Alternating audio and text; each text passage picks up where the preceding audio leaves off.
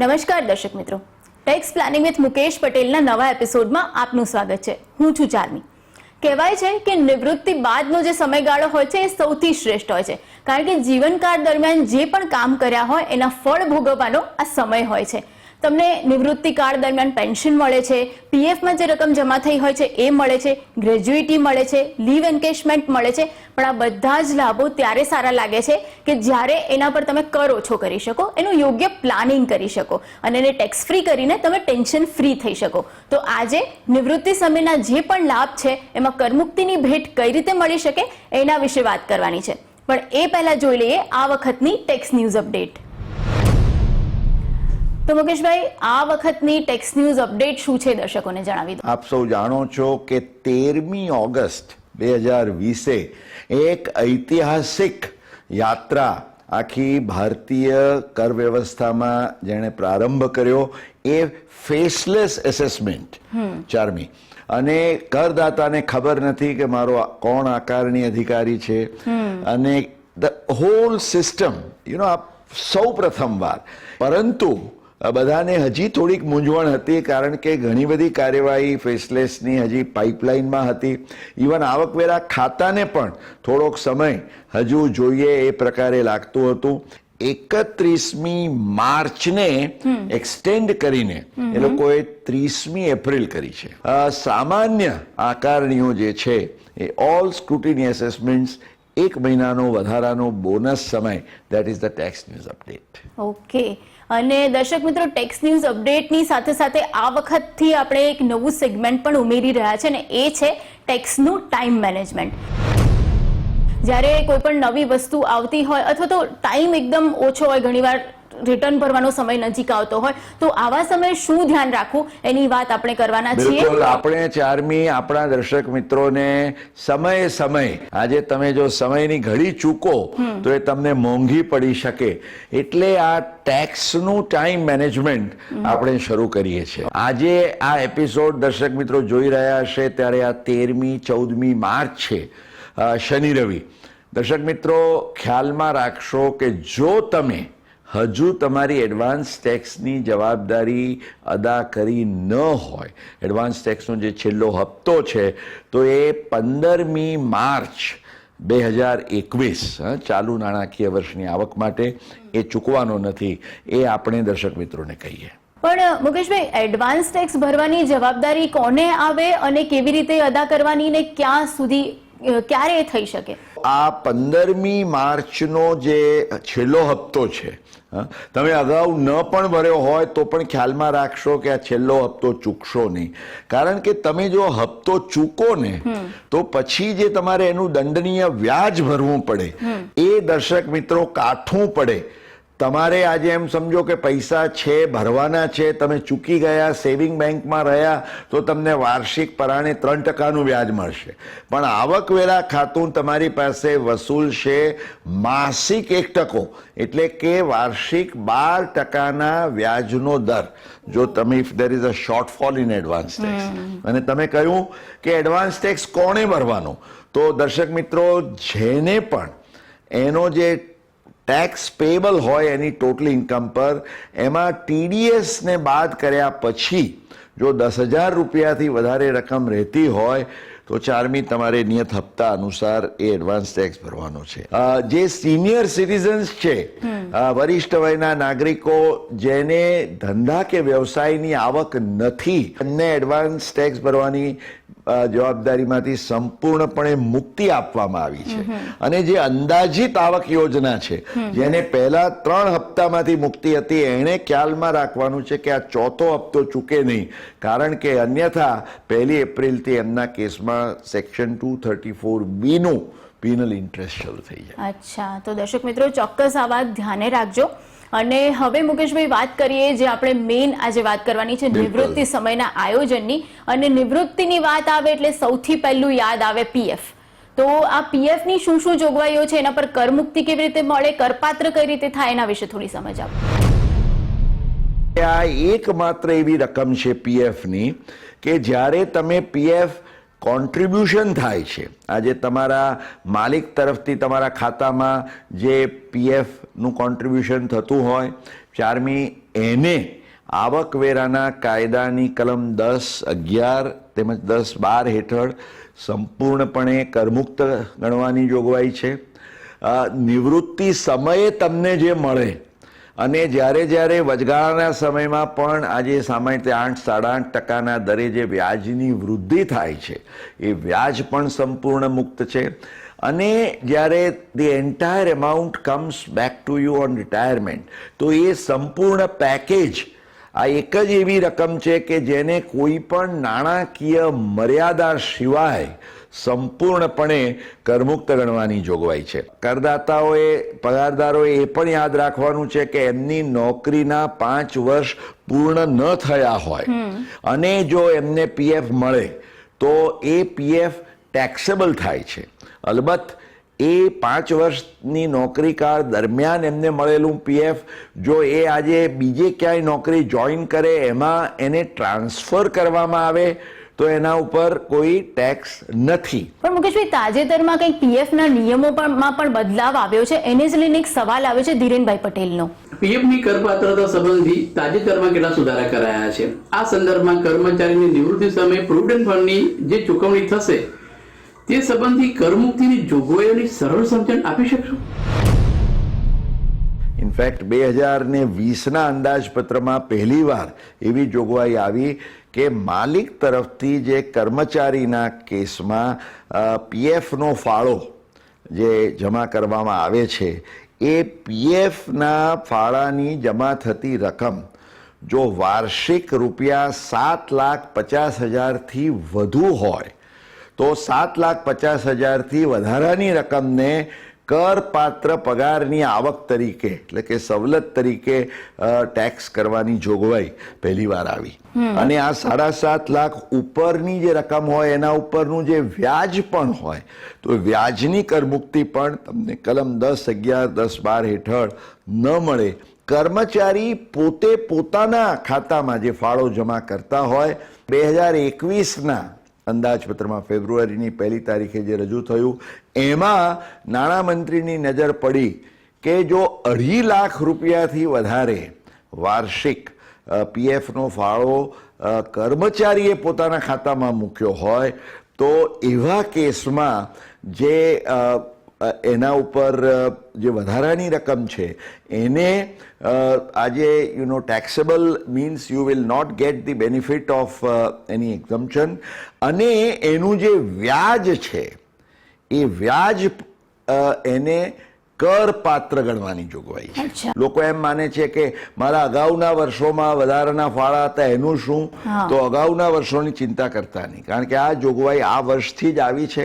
એ સિવાય એક વાત કરી લઈએ, નાનકડું સુપર એન્યુએશન ફંડનું પણ રમકડું છે કે સુપર એન્યુએશનની રકમ જો તમને તમારી નિવૃત્તિ સમયે જ મળે અથવા તો નિવૃત્તિ પૂર્વે આજે જો પગારદારના અવસાન થતા એના વારસદારોને મળે તો ત્યાં એને કરમુક્તિનો લાભ આપવાની જોગવાઈ છે.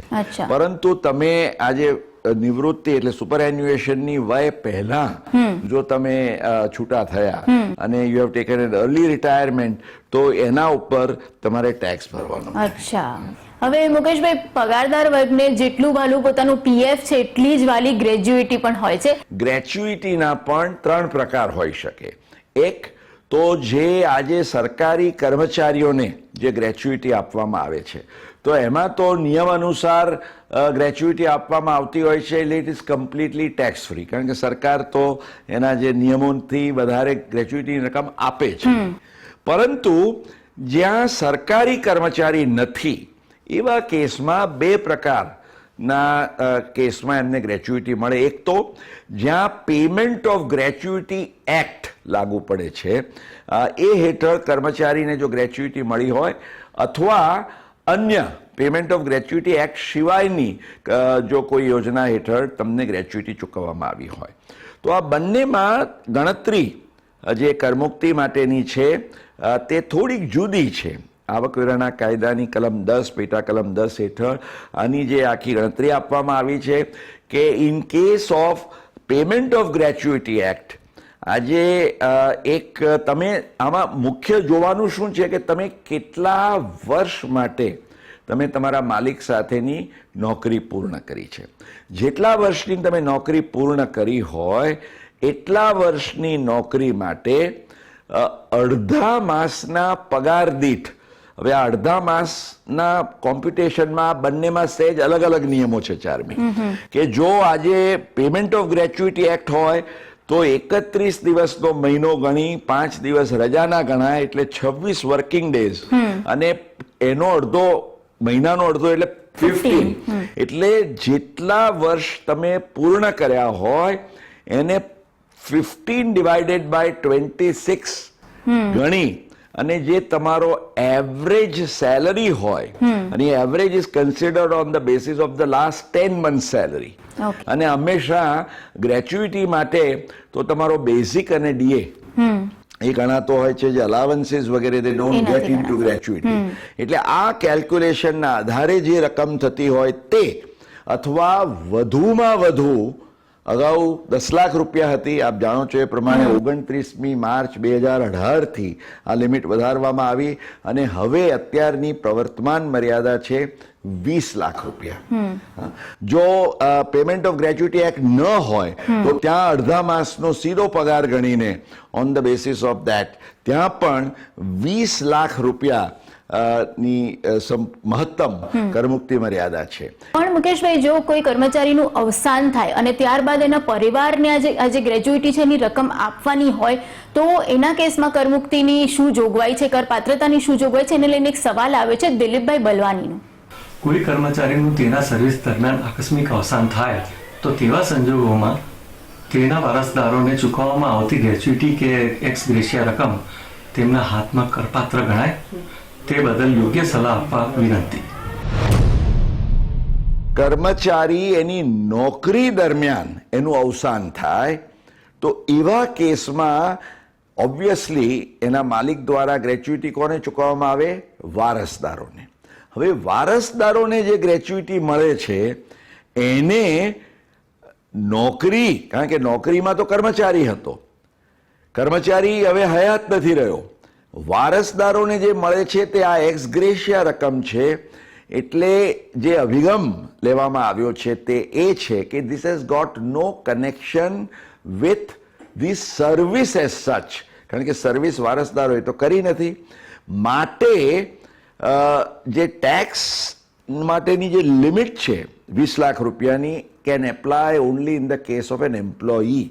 એટલે એના વારસદારોને આજે 20 લાખ થી વધારે પણ રકમ મળે ચાર્મી તો દિલીપભાઈ એવા કેસમાં એને સંપૂર્ણપણે કરમુક્ત ગણવામાં આવશે. હવે મુકેશભાઈ, પીએફ ની વાત કરી, ગ્રેચ્યુઇટીની વાત કરી, પણ પેન્શન જે દર મહિને કર્મચારીને મળે છે પણ જનરલી એવું જ હોય છે કે દર મહિને રિટાયરમેન્ટ થયા પછી એ પેન્શન મળતું રહે, પણ જો કોઈને લમસમ અમાઉન્ટ પેન્શન તરીકે જોઈતી હોય તો એનો કોઈ ઓપ્શન છે ખરો? સામાન્ય રીતે જે નિવૃત્ત થાય અને જેના માટેની પેન્શનની યોજના હોય તો તમે કહ્યું એ પ્રમાણે એમને એક ઓપ્શન હોય છે કે ભાઈ અમારે પેન્શન માટે જ જવું કે સંપૂર્ણ રકમ જે અમને મળવા પાત્ર હોય અમે પેન્શન તરીકે લઈએ, કે પેન્શનની અવેજીમાં પાર્ટલી અમે એક લમસમ લઈએ, જેને ટેકનિકલ લેંગ્વેજમાં કોમ્યુટેશન ઓફ પેન્શન કહેવામાં આવે છે.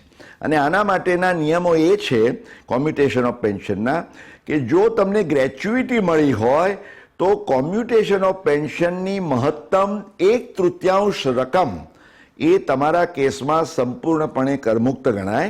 અને જો ગ્રેચ્યુઇટી મળવાપાત્ર ન હોય એવા કેસમાં તમને પેન્શન મળવાનું હોય તો 1/2 ઓફ ધી કોમ્યુટેડ પેન્શન એ તમારા કેસમાં સંપૂર્ણપણે ટેક્સ ફ્રી થાય. હવે મુકેશભાઈ, બીજો જે એક લાભ મળે છે એ છે લીવ એન્કેશમેન્ટનો, જ્યારે રિટાયરમેન્ટ થાય ત્યારે. તો આને પર કરપાત્રતાની શું જોગવાઈ છે? એ કરમુક્ત છે કે કરપાત્ર છે? સરકારી કર્મચારીઓના કેસમાં તો સંપૂર્ણપણે કરમુક્ત છે, કારણ કે એમને નિયમ અનુસાર આપવામાં આવે છે. જે પ્રાઇવેટ સેક્ટરના એમ્પ્લોઈઝ છે એમને આ લીવ એન્કેશમેન્ટ જે આપવાની વાત છે તે લીવ એન્કેશમેન્ટ મહત્તમ ₹3 લાખની મોનિટરી લિમિટના આ સીલિંગ સાથે એને કરમુક્ત ગણવાની જોગવાઈ છે.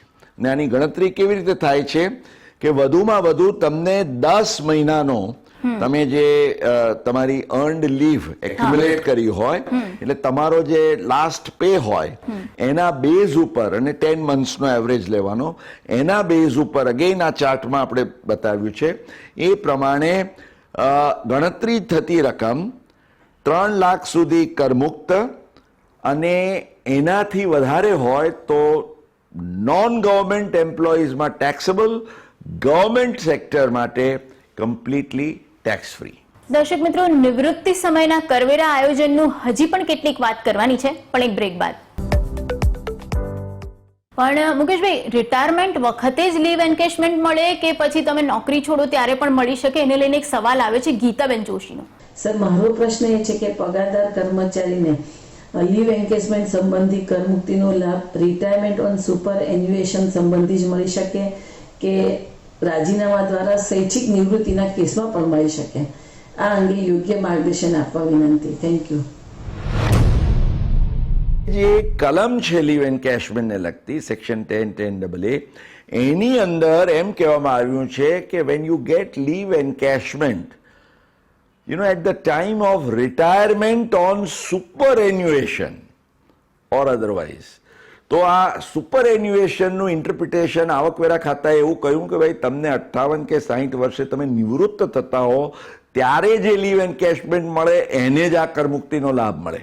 એટલે માની લો કે કોઈએ 10, 15, 20 વર્ષની નોકરી કરીને એને છોડી નોકરી, સ્વૈચ્છિક રીતે એને રાજીનામું આપીને છોડી, તો એવા કેસમાં આ જ્યારે કોર્ટમાં બંને કોર્ટોએ જે ચુકાદો આપ્યો છે, બોમ્બે અને મદ્રાસ હાઈકોર્ટે, એમણે એમ કહ્યું કે ભાઈ retirement on superannuation or otherwise છે એટલે it can also be voluntary retirement. તમે સ્વૈચ્છિક રીતે આજે રાજીનામું આપીને નિવૃત્તિ લીધી હોય તો એવા કેસમાં પણ તમને આ લીવ એન્કેશમેન્ટની જે રકમ મળે એ લાભ તમે લઈ શકો. દેટ મીન્સ કે તમે 2-3 વાર અલગ અલગ નોકરી કરી હોય તો એ દરેકમાંથી તમને મળે, પણ ટોટલ 3 લાખ ગણવાના. જેવી રીતે ગ્રેચ્યુઇટીમાં પણ 4મી આપણે આપણા દર્શક મિત્રોને ખાસ કહીએ કે તમારી જે 20 લાખની લિમિટ છે, અહીં લીવ એન્કેશમેન્ટમાં 3 લાખની લિમિટ છે. તો ગીતાબેન જેવા કેસમાં પણ એમણે જે પ્રશ્ન પૂછ્યો એ યુ હેવ ટુ કન્સિડર કે અગાઉ જે તમે એન્જોય કરેલી લિમિટ હોય એ બાદ કર્યા પછી બાકી જે રહેતું હોય ને બેલેન્સ, એ તમને એક્ઝમ્પશન મળે. હવે મુકેશભાઈ, આપણે ગ્રેચ્યુઇટીની વાત કરી, પીએફ, પેન્શન બધું જ વાત કરી, પણ ટેક્સ પ્લાનિંગ માટે જે પગારદાર વર્ગ છે એ નિવૃત્ત થયા પછી અથવા તો પગારમાં યથાવત હોય ત્યારે શું પોતાના ટેક્સ પ્લાનિંગ માટે ખાસ ધ્યાન રાખી શકે? કયા એવા મંત્ર છે એ પૂછી રહ્યા છે ધવલભાઈ શાહ. હું એક પગારદાર કર્મચારી છું. સર, પગારદાર કર્મચારીઓના કેસમાં ટેક્સ પ્લાનિંગ માટેની જાદુઈ જડીબુટ્ટી કહી શકાય તેવી સ્ટ્રેટેજી અંગે માર્ગદર્શન આપી શકો? તમારી પગારની આવક છે એની કરપાત્રતા કે કરમુક્તિ કે એને લગતી કપાતો એ તો કાયદાના નિયમનને આધીન છે. અને આ આપણા 4 એપિસોડ્સમાં અમે તમને એના અંગે માર્ગદર્શન આપવા માટે અનેક પ્રયત્નો પણ કર્યા, પરંતુ ધ માસ્ટર કી શું છે કે ભાઈ પગાર સિવાયની આવક. આજે દાખલા તરીકે એક પગારદારના કેસમાં પગારની આવક ઉપર તો એને 30% લાગે છે, હી કાન્ટ ડુ મચ. પગાર સિવાયની આવક હોય તો 4મી એમણે એ ખ્યાલમાં રાખવું જોઈએ. ને ધવલભાઈ અને બીજા અનેક મિત્રોને આપણે એ કહીએ કે તમારી બચત થઈ છે, આજે દાખલા કે 50 લાખ રૂપિયા તમારા બચ્યા, અથવા તો તમને રિટાયરમેન્ટ પછી કરોડ રૂપિયા મળ્યા, અને બધા જ જો તમે તમારા નામે રાખીને વ્યાજની આવક બધી ભેગી કરશો તો you will go in the top tax bracket of 30%. તો તમારા માટે ઓપ્શન છે. ઘી ઢળ્યું તો ખીચડીમાં કહીએ ને. તમારા પત્ની, જો પત્ની કામ ન કરતા હોય તો આજે એની તમે એક ફાઇલ ઊભી કરીને એનામાં તમે એને લોન આપીને, ગિફ્ટ ના આપતા, નહીં તો ક્લબિંગ ઓફ ઇન્કમ થાય, પણ લોન આપીને એના કેસમાં તમે વ્યાજની આવક ઊભી કરી શકો. તમારું HUF બનાવીને એમાં તમે મૂડી લોન તરીકે આપીને એમાં પણ તમે આવક ઊભી કરી શકો. આજે તમારા પુખ્ત વયના બાળકો હોય એને પણ બક્ષિસ કે લોન આપીને કરી શકાય. એટલે દર્શક મિત્રો, આ ખાસ ખ્યાલમાં રાખશો કે તમારી પોતાની પગારની આવક અને એની સાથે કનેક્ટેડ જે સ્ટેચ્યુટરી તમારા કમિટમેન્ટ્સ કે સેવિંગ્સ છે, that is fine, keep it to your self. પણ પગાર સિવાયની બીજી જે કંઈ આવકનું આયોજન એ તમારા કુટુંબના અન્ય સભ્યોના કેસમાં HUF સહિત તમે કરો એ તમારા માટે મોસ્ટ બેનિફિશિયલ થાય. અને બીજું સૌથી છેલ્લે, this is the first year of old versus new. એટલે તમારે એ પણ ખ્યાલમાં રાખવાનું છે કે ભાઈ કપાતો સાથે કે કપાતો સિવાય હું ટેક્સ કેવી રીતે બચાવી શકું. દર્શક મિત્રો, આપણે અગાઉ પણ ઓલ્ડ વર્સિસ ન્યૂમાં વાત કરી. 15 લાખ રૂપિયાથી ઓછો પગાર હોય તો કપાતો લાભદાયી થાય. 15 લાખ ઉપર હો તો 2.5 લાખ રૂપિયા સુધીની કપાતો સુધી નવી સ્કીમ જ તમારા માટે લાભદાયી થાય. પરંતુ 2.5 લાખથી વધારે કપાતો હોય તો 4મી ઓલ્ડ ઇઝ ગોલ્ડ. તો દર્શક મિત્રો, નિવૃત્તિ સમયે કરમુક્તિની ભેટની આજે વાત કરી છે. અને ખાસ તો જે પેન્શનર્સ છે, જેમને ગ્રેજ્યુઇટી મળે છે, PF મળે છે, એ બધાએ શું ધ્યાન રાખવું એની આજે વાત કરી છે. પણ હજુ પણ નિવૃત્તિ વખતે જે પણ આયોજન કરવાનું છે એના માટેનું એક સૌથી મોટું પાસું છે NPS, નેશનલ પેન્શન સ્કીમ. એના વિશે વાત કરીશું આવતા એપિસોડમાં. તો એને લઈને અથવા તો ટેક્સને લઈને તમને કોઈ પણ સવાલ સતાવતો હોય અથવા તો તમારી કોઈ પણ મૂંઝવણ હોય તો એના વિશે તમે એમને પૂછી શકો છો. એના માટે તમે WhatsApp દ્વારા વિડીયો રેકોર્ડ કરીને પણ સવાલ મોકલી શકો છો અને ઈમેલ ID નોંધ કરીને એના પર પણ તમે તમારા સવાલો મોકલી શકો છો. તો જોતા રહેજો tax planning with Mukesh Patel.